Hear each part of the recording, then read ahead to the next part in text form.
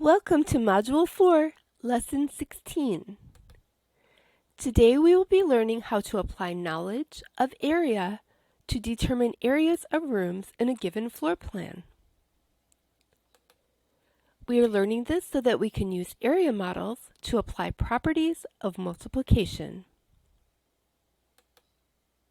We'll know that we're successful when we can create a floor plan with different side lengths for given areas. Be sure to stay to the end of the video so that you can practice what you've learned on a read, draw, write question. Let's get started. Let's help Kayla create a new floor plan for the rooms in her home.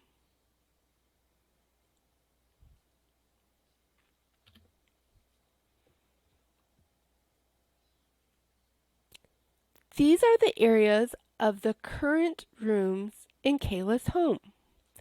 The living room is 40 square units.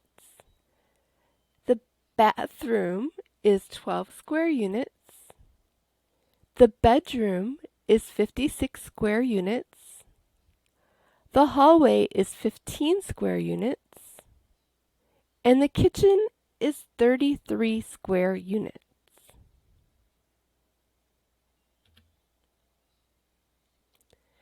Create a floor plan with rooms that have the same area but new side lengths.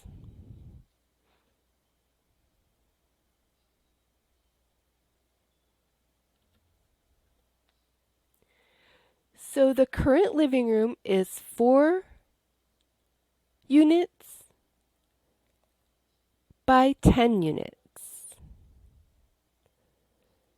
To get the same area, which is 40 square units, we could have a room that's 8 units by 5 units.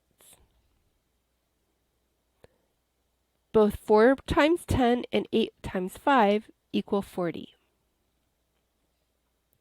So the bathroom is 12 square units. The current side lengths are 3 by 4. What are two other factors that we could multiply to get 12 square units? We could have side lengths of 2 times 6 because 2 times 6 also equals 12. The bedroom is 56 square units. The current side lengths are 7 by 8. What are two different numbers that we could multiply together to get 56?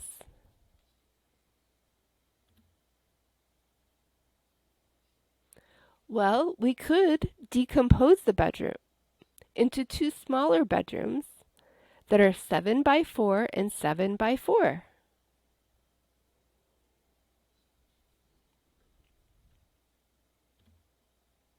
The hallway is currently 5 by 3.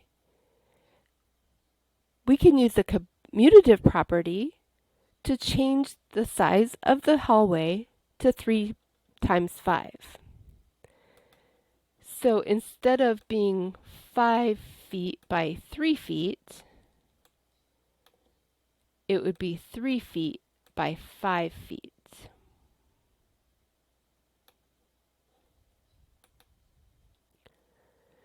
So the kitchen is currently 33 square units. And remember, the kitchen is oddly shaped. So it's 3 by 6 plus 5 by 3. Is there another set of factors that we could multiply to get 33?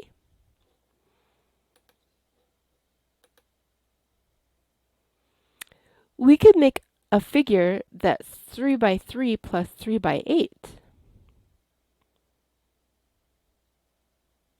Because 9 plus 24 equals 33.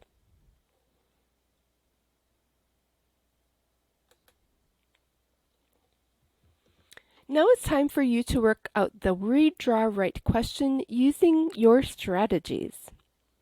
Find the area of the shaded figure, then create a new figure with the same area but different side lengths.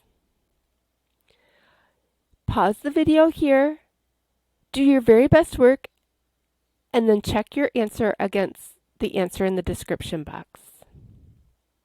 This is the final lesson in Module 4. We'll see you in the next module.